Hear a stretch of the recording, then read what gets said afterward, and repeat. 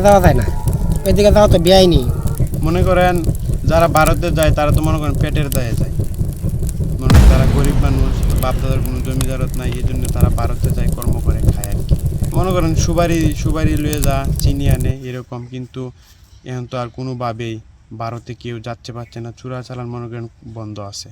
কেউ মনে করেন বিজিবি খুব টহল দিচ্ছে 24 ঘন্টা, কেউ মনে করেন প্রবেশ করতে পারতেছে না ভারত। আগে বিভিন্ন জায়গা থেকে মানুষ আইতো, আয়া ছবি টুবি উড়াইতো, বিভিন্ন তার কাটার বেড়ার কাছে যাইতো, দৌড়াদৌড়ি করে ছবি টুবি উড়াইতো। এখন অনেক কড়া টহল দিতেছে, অনেক আর যাইতে পারে না। কিছুদিন আগেও 2জন লোক ধরে নিয়ে আটক করছে বিজিবির লোক, এই জন্য অনেক ভয়ে আয় না, বর্ডার একদম কঠিন অবস্থা। ওইদিকে শুনছি একজন গুলিবিদ্ধ মারা গেছে মাসিমপুরের এইদিকে।